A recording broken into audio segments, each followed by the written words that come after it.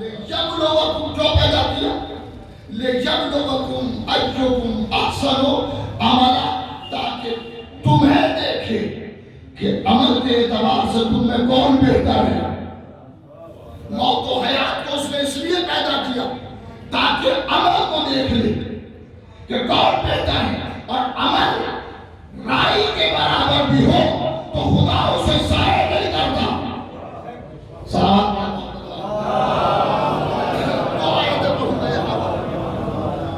عمل اگر انسان کرتا ہے اور وہ بھلے لوگوں کو پتہ نہ ہو اور نیک عمل انجام دے رہا ہے تو خدا اس نیک عمل کو عالم آشکارا کر دیتا ہے.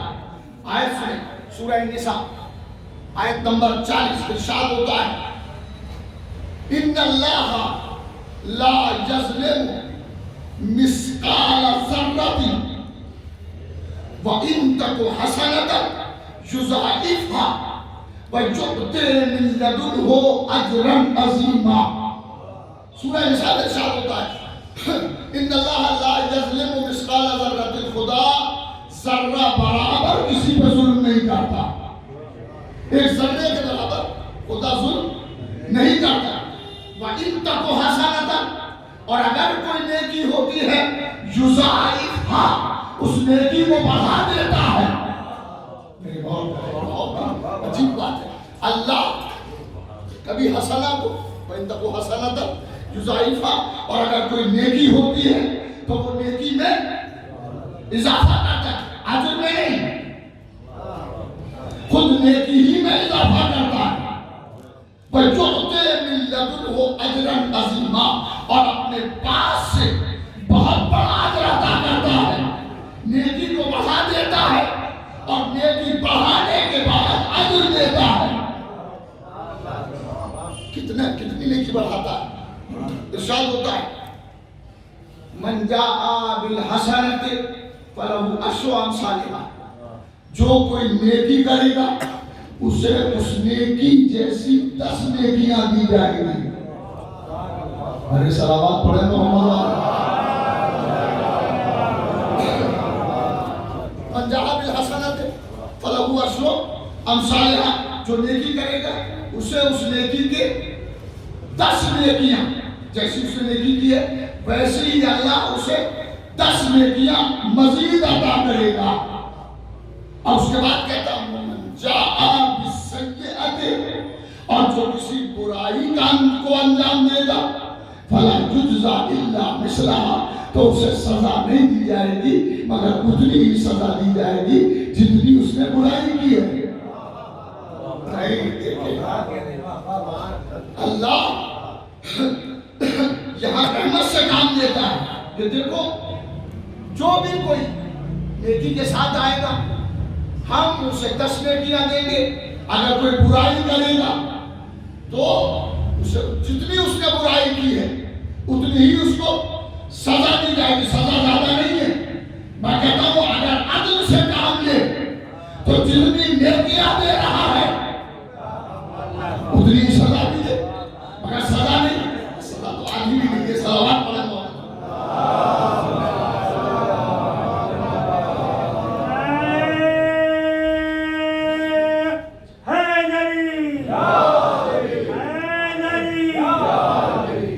عدل کا تقاضا یہ ہے کہ اگر وہ ایک نیکی کے بدلے 10 نیکیاں دے رہا ہے تو ایک برائی کے بدلے 10 سزائیں کہ نہیں. 10 نہیں، 5 بھی سزائیں نہیں ہیں. سزا ایک ہے. یا اللہ کا کرم نہیں ہے تو اور کیا ہے کہ وہ نیکیوں کو بڑھا رہا ہے اور سزا اتنی دے رہا ہے جتنا. آئیے ایک اور آیت پڑھتے سورہ لقمان میں. سورہ لقمان میں جناب لقمان اپنے بیٹے کو وصیت کرتے ہیں، نصیحت کرتے ہیں، اور اس وصیت کا ایک منظر ہے یا بنیہ. جناب لقمان فرماتے ہیں اے میرے لال انہا ان تک مثقال حبۃ من خردل، اے بیٹا اگر کوئی نیکی رائی کے برابر بھی ہو، رائی کے برابر بھی ہو، فتکن فی صخرۃ، اور وہ کسی پتھر کی چٹان میں ہو، اور پھر سماوات یا آسمانوں میں ہو، اور پھر ارض یا زمین میں ہو.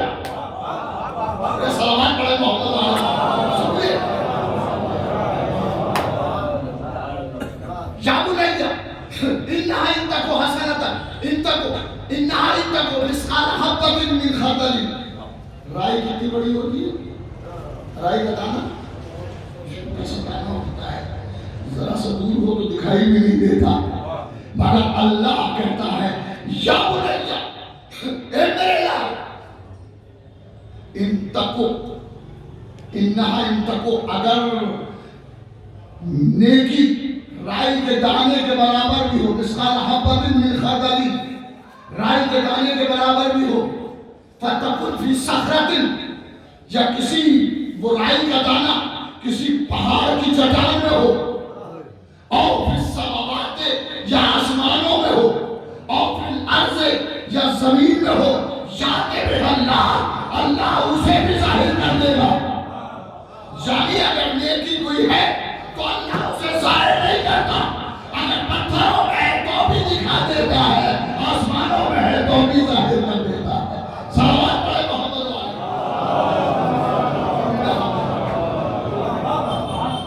ان تکو مثقال حبۃ من خردل رائی کے دانے کے برابر اگر ہو، یا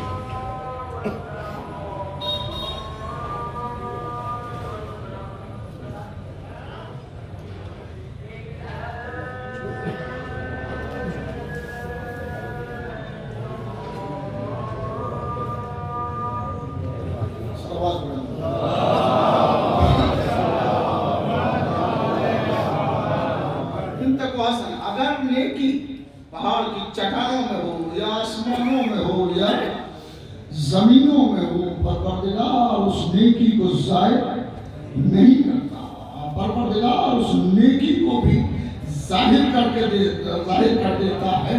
اس پر غور کریں تو بات سمجھ میں آ جائے گی بچوں کے کہ پروردگار نیکی کو ضائع نہیں کرتا۔ اسلام کو بچانا بہت بڑی نیکی تھی، اسلام کو بچانا بہت بڑی نیکی تھی، اللہ نے اس نیکی کو ضائع نہیں ہونے دیا۔ ظالم جنگل میں لاشوں کو چھوڑ کے چلے گئے تھے، مگر قبریں بنی اور عالم کی زیارت گاہ بن گئی، پوری دنیا سے لوگ کھچ کھچ کے جاتے ہیں قبر امام حسین کی زیارت کے لیے۔ یہ نیکی جنگل میں ہوئی تھی۔ صحابہ پڑھے محمد نیکی اور بدی کے دو تصور ہیں، نیکی اور بدی دو تصور ہیں۔ نیکی کا تصور ہر آدمی کے ذہن میں ہے، ہر آدمی کے ذہن میں، اور نیکی کرنے والا اس نیکی سے بہتر ہوتا ہے، اور برائی کرنے والا اس برائی سے بدتر ہوتا ہے۔ نیکی کرنے والا اس نیکی سے بہتر ہوتا ہے۔ یاد رکھیں، نیکی اچھائی نیکی انسان کو مرنے کے بعد بھی مرنے نہیں دیتی۔ ارے صحابہ پڑھے محمد علیہ، نیکی انسان کو مرنے کے بعد بھی مرنے نہیں دیتی، اور برائی انسان کو زندہ رہتے ہوئے بھی جینے نہیں دیتی۔ اگر کسی نے امام باڑہ بنایا ہے یا مسجد بنائی ہے تو نسلوں کو کہا جاتا ہے ہمیں انہی کے دادا نے بنایا تھا. کمال ہے ایک مسجد بنانے والے کے لیے تو یہ کہا جائے کہ ان کے دادا نے بنایا تھا ارے جس نے دین کو بچایا. صلوات پڑھے محمد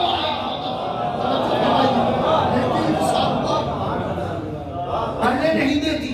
وَمِنْهُمْ مَنْ يَقُولُ لوگوں میں ایسے بھی ہیں من یقول جو کہتے ہیں ربنا آتینا فی الدنیا وما لہ فی الآخرۃ من خلاق.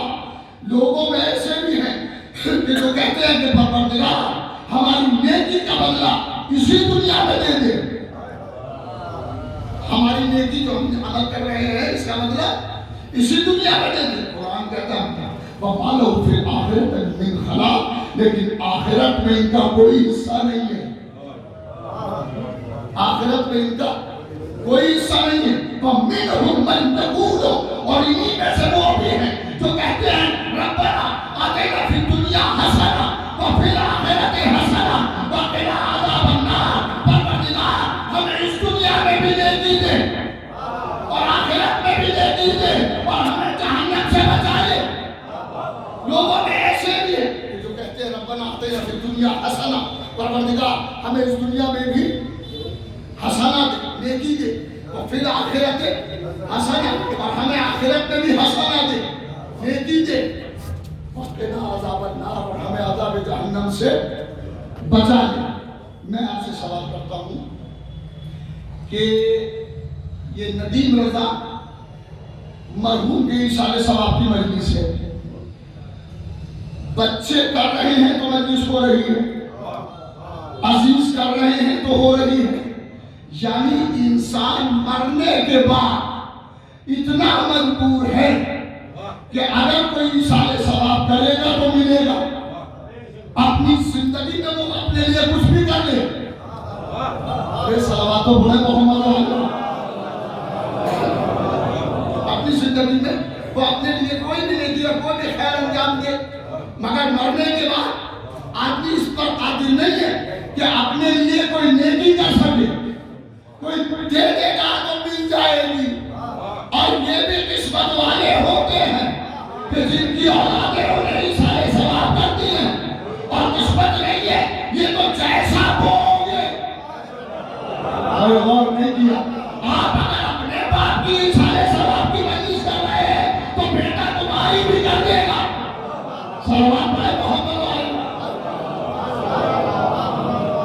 آپ اگر اپنے باپ کے لیے 2 رکعت نماز پڑھ رہے ہیں تو امید ہے کہ بیٹا پڑھے گا.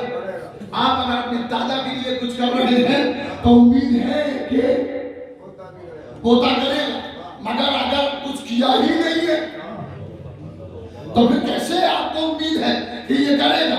مگر قرآن کہہ رہا ہے کہ ہمیں دنیا میں بھی نیکی دے اور آخرت میں بھی نیکی دے. تو نیکی آدمی زندہ رہے گا جب تک کرے گا نا. مرنے کے بعد تو مجبور ہے کوئی نیکی نہیں کر سکتا. مگر قرآن کہتا ہے کہ آخرت میں بھی نیکی ہے. آخرت میں بھی نیکی کر سکتا. تو وہ نیکی ہے کیا؟ عام طور پر جہاں ان آیتوں کا ترجمہ آپ دیکھیں گے تو حسنہ کا ترجمہ نیکی لکھا ہے.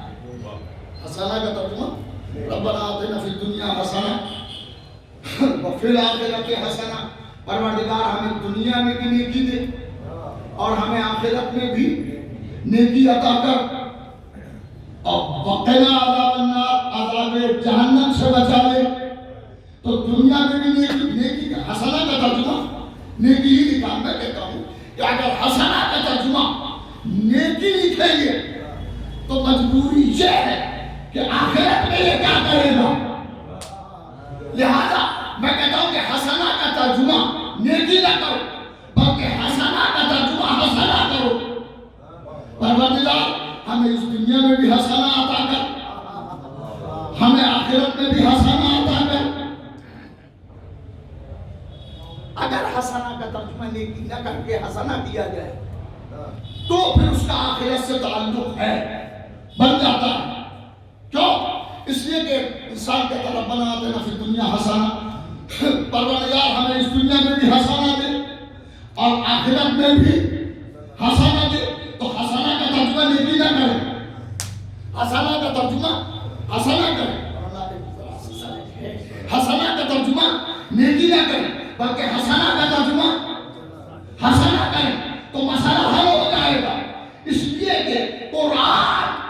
میں نہیں بتا سکتا کہ تم کیا قرآن کو سمجھ رہے ہو جب تک رسول اور آگے رسول نہ بتائیں. ہائے ہائے سلامات پڑھے محمد. جب تک رسول اور ان کی اولاد نہ بتائے یا وارثین قرآن نہ بتائیں تمہارے سمجھ میں نہیں آ سکتا کہ یہاں قرآن کے معنی کیا ہے, یہاں حسنہ کے معنی کیا ہے. آج کے سرکار رسالت سے پوچھتے ہیں حضور حسنہ کسے کہتے ہیں؟ حسنہ کیا ہے؟ آپ سے بہتر قرآن کو کون بتا سکتا ہے؟ آپ سے بہتر قرآن کو کون سمجھ سکتا ہے؟ آپ کے جو سینے پر قرآن اترا ہے حضور آپ بتائیں حسنہ کیا ہے؟ تو سب نے ترجمہ کیا ربنا آتنا فی الدنیا حسنہ, پروردگار ہمیں اس دنیا میں بھی نیکی دے آخرت میں بھی نیکی دے.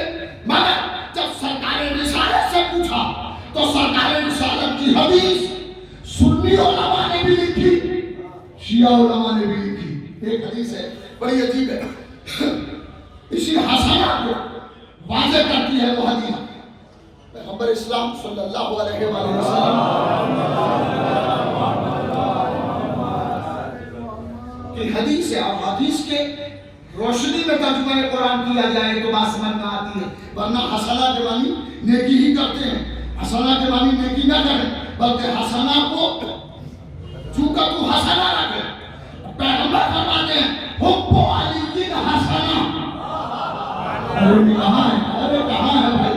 حب علی حسنہ, علی کی محبت حسنہ ہے. ارے صلوات پڑھے محمد.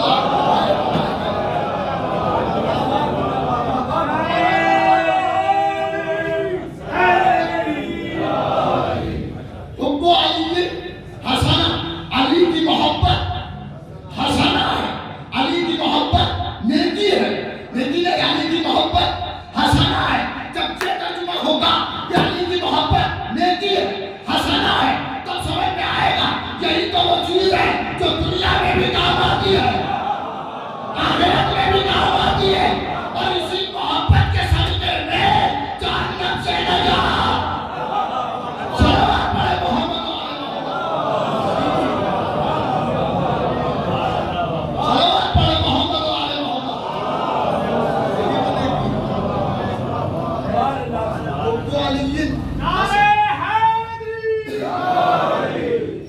یہ حدیث عام طور پر پڑھی نہیں جاتی, پڑھتے اس لیے نہیں ہے خطبہ اور علماء کہ کہیں بدعملی نہ پھیل جائے, بدعملی کے خوف سے نہیں پڑھتے.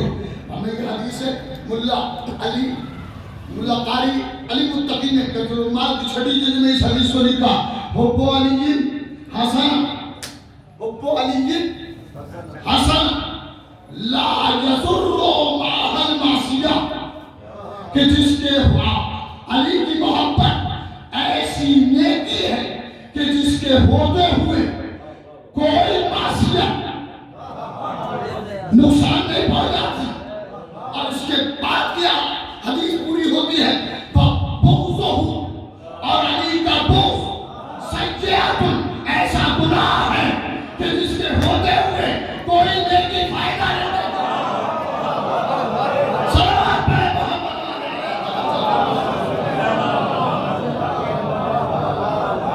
پھر صلوات پڑھے محمد والے. علی کی محبت حب علی حسنہ, علی کی محبت حسنہ ہے. علی حب علی حسنہ, علی کی محبت ایسا حسنہ ہے, ایسی نیکی ہے کہ جس کے ہوتے ہوئے کوئی معصیت نقصان نہیں پہنچا سکتی. اور علی کا بغض ایسا گناہ ہے کہ جس کے ہوتے ہوئے کوئی نیکی فائدہ نہیں پہنچاتی. تو پتا چلا نیکیاں محبت علی سے نیکی بنتی. صلوات پڑھے محمد والے. حب حیدر سے نیکیاں بنتی ہیں. علی سے بغض رکھنے والا مستقل عذاب میں زندگی گزار رہا ہے, مستقل عذاب میں زندگی گزار رہا ہے. ارے اس کو تو زمین برداشت نہیں کرتی. علی سے بغض رکھنے والا اس کو زمین برداشت نہیں کرتی, زمین انتظار کرتی ہے کب آئے گا. بھئی دنیا میں کلیہ ہے کہ بیٹا باپ کے دشمن کو دوست نہیں رکھتا. باپ کے دشمن کو کوئی بیٹا کوئی اولاد دوست نہیں رکھتی، بلکہ باپ کے دشمن کو دشمن سمجھتی ہے. اور جب موقع ملے تو باپ کا بدلہ اولاد لے لیتی ہے. باپ کا بدلہ اولاد لے لیتی ہے. جب بھی موقع ملے تو ایک دشمن حیدر کر رہا زمین پہ آ کر کے نہ چل. نہیں غور نہیں کیا. زمین پہ آ کر کے نہ چل. زمین تیرا انتظار کر رہی ہے. زمین تیرا انتظار کر رہی ہے. اس لیے کہ زمین ہے تراب، علی ہے تراب. زمین انتظار کر رہی ہے کبھی تو یہاں آئے گا. اور حدیثوں میں ملتا ہے کہ مرنے والے پر فشار ہوگا.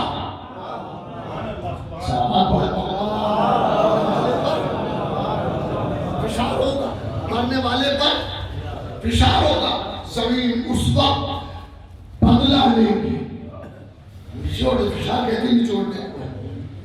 وہ بری طرح سے پسلیاں ٹوٹ جائے، ہڈیاں ٹوٹ جائے، زمین دبائے گی. اور میں یہ قدر نہیں کہہ رہا ہوں کہ محب آل محمد پر فشار نہیں ہوگا. میں نے یہ نہیں کہا. دشمن حیدر پر فشار ہوگا، محب حیدر پر بھی فشار ہوگا. زمین تراب ہے، علی بن تراب ہے. تو اپنوں کے ساتھ اپنوں جیسا سلوک ہوتا ہے، غیروں کے ساتھ غیروں جیسا. صلوات پڑھیں محمد علیہ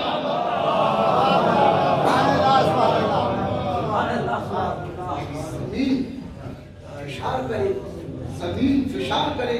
زمین چھوڑے گی نہیں. زمین انتظار کر رہی ہے. دشمن حیدر، دشمن اہل بیت زمین پہ آ کر کے چل رہا ہے. آ کر کے نہ چل، تیرے انتظار میں زمین ہے. اسی انتظار میں ہے کہ کبھی تو آئے گا. جب مر کے یہاں آئے گا تو بدلہ لیا جائے گا. یہ باپ ہے علی، علی زمین کے بھی باپ. اب حدیث ایک اور پڑھو بس، آخری مرحلہ. پیغمبر فرماتے ہیں انا و علی ابوا هذه الامه. میں اور علی اس امت کے باپ ہیں. انا و علی ابوا هذه الامه. میں اور علی اس امت کے باپ ہیں. کمال کی بات ہے، امت ایک ہے. باپ دو ہے، باپ دو ہے. امت ایک ہے اور باپ دو ہے. اور یہ طے ہے کہ جو باپ کا نافرمان ہو خدا کبھی اسے معاف نہیں کرتا. وہ کبھی باپ کا نافرمان، ماں باپ کا نافرمان کبھی جنت کی خوشبو نہیں سن سکتا. اب جب ماں باپ کا نافرمان جنت کی خوشبو نہیں سن سکتا تو اہل بیت کا نافرمان جنت کی توقع کیا کر رہا ہے. صلوات پڑھیں محمد علیہ.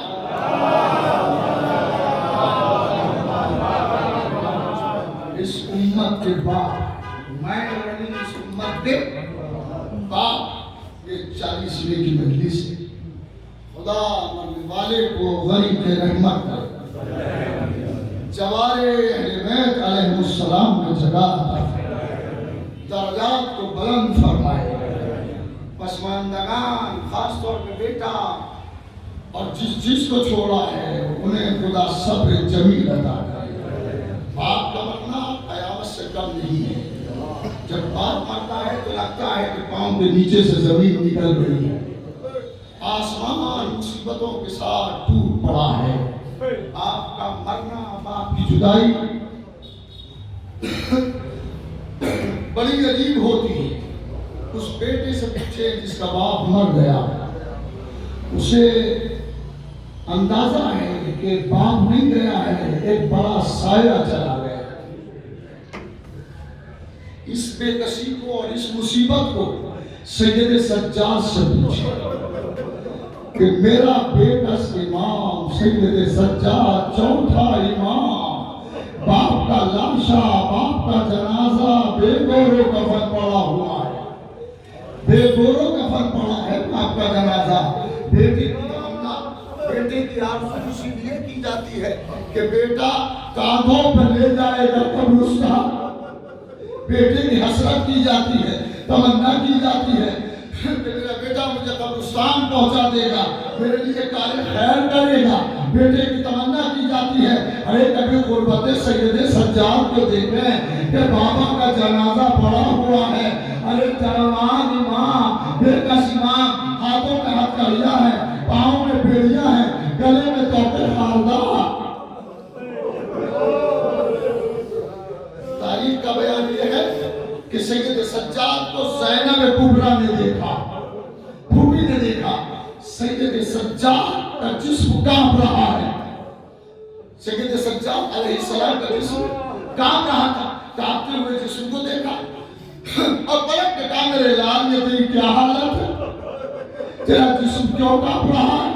تو سید سجاد نے پھوپھی کو حسرت سے دیکھا اور صرف ایک جملہ کہا, اے پھوپھی اماں کیا میرے لیے یہ غیرت کا مقام نہیں ہے کہ جوان بیٹا موجود ہے اور باپ کا لاشا بے گورے قبر پڑا ہے؟ بس زینب آگے بڑھی, بھتیجے کو گلے سے لگا لیا, اے میرے لال تجھے بابا نے خبر دی تھی.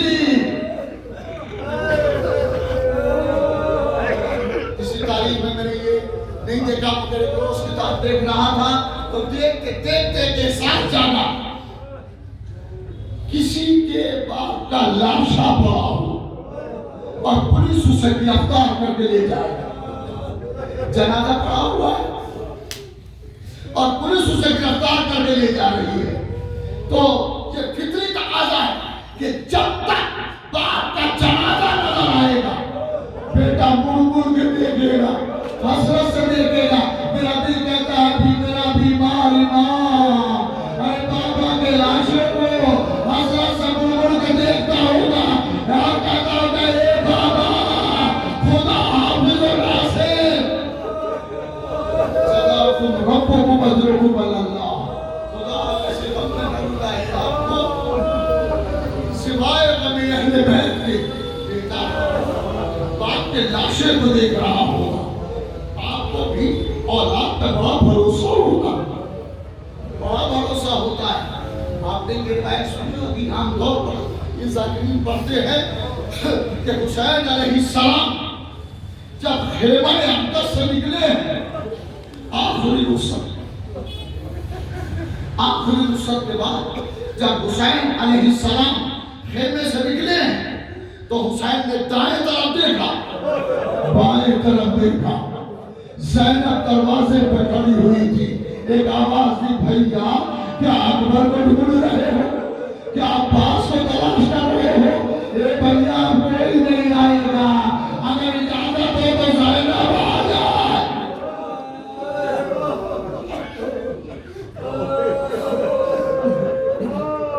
فاطمہ کا لال امام حسین علیہ السلام کبھی دائیں طرف دیکھ رہے تھے اور کبھی بائیں طرف دیکھ رہے تھے. دائیں بائیں دیکھتے ہوئے جب زینب نے دیکھا تو آواز دی, بھیا کیا اکبر کو ڈھونڈ رہے ہو, کیا عباس کو تلاش کر رہے ہو؟ جانتے جب حسین جب نکلتے تھے تو ایک طرف برابر کا بھائی ہوتا تھا, ایک طرف جوان بیٹا ہوتا تھا, اور آج جو نکلے تو کوئی نہیں ہے. حسین نے مقتل کو دیکھا, آواز دی, بہن زینب. روایت کا منظر سنیں, بڑا عجیب منظر. حسین علیہ السلام سے زینب کہتی ہے, بھیا اگر اجازت ہو تو زینب آ کے سوار کر دیں. زینب آ کے سوار کریں. یہ جملہ آپ نے سنا ہوگا, اکثر سنا ہوگا, بھیا زینب سوار کریں. سوال یہ ہے کہ زینب نے کہا, اس کی وجہ کہ جب حسین علیہ السلام رہوار پر سوار ہونے لگتے تھے تو علی اکبر بازو پکڑ کے سوار کرتے تھے اور عباس رکاب پاؤں میں پہناتے تھے. جب زینب نکلی اور زینب نے حسین کا بازو پکڑ کے سوار کیا, بحسرت سے حسین نے عباس کے لاشے کو دیکھا, بدلتا ہے بھیا اکبر کا کام تو زینب نے سنبھال لیا اور تمہارا کام کون سنبھالے؟ اے عباس آؤ, قریب سوار ہو رہا.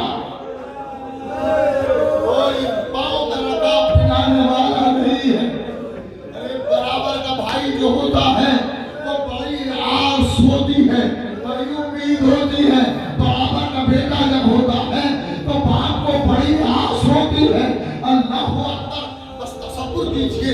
اور ایک منظر آپ کی خدمت میں گزارش کر کے بات یہی پر روک رہا، حسین علیہ السلام جب شہید ہوئے ہیں تو رہبار سے زمین پر تشریف لائے اور قاتل خود خنجر لے کے آگے بڑھا، تو قاتل سے پہلے حسین سجدے میں تھے۔ کسی کی ہمت نہیں ہو رہی تھی کہ حسین کے قریب جائے، کسی کی ہمت نہیں ہو رہی تھی کہ حسین کے نزدیک جائے۔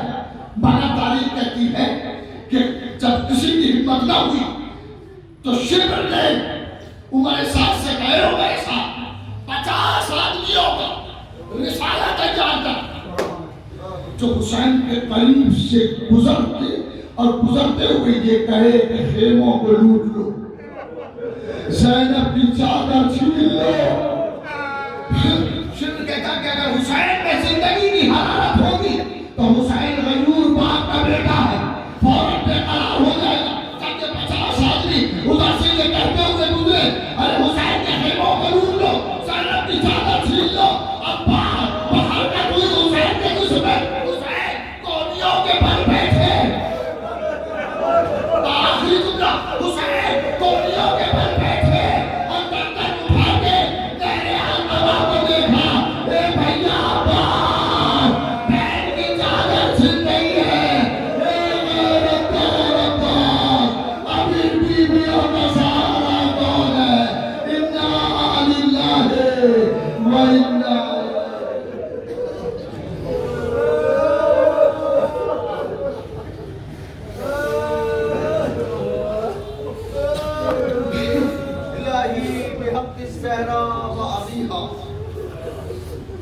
وَبَعْلِهَا وَبَنِيهَا۔ پروردگارہ، اس مجلس کا جو ثواب تجھے معین فرمایا ہے وہ مرحوم ندیم رضا کا پروردگارہ، ان آنسوؤں کا ثواب مرنے والے کو پروردگار مرنے والے کے درجات کو بلند فرما، جوارے اہل بیت میں جگہ عطا فرما، پسماندگان کو صبر جمیل عطا فرما، جو لوگ حاضرین مجلس سے ان کی دلی مرادوں کو پورا فرما، جو بے روزگار ہیں انہیں روزگار عطا فرما، جو بے اولاد ہیں انہیں اولاد عطا فرما، جو پریشان حال ہیں ان کی پریشانی کو دور فرما، جو بیمار ہیں انہیں صحت کاملہ اور عاجلہ عطا فرما۔ پروردگار امام زمانہ علیہ السلام کے ظہور میں تعجیل فرما اور ہمیں ان کے آبان و انصار و شمار کر۔ ربنا تقبل منا انکا انت السمیع العلیم۔ ایک مرتبہ سورہ الحمد اور 3 مرتبہ سورہ اخلاص پڑھ کر کوئی سارے ثواب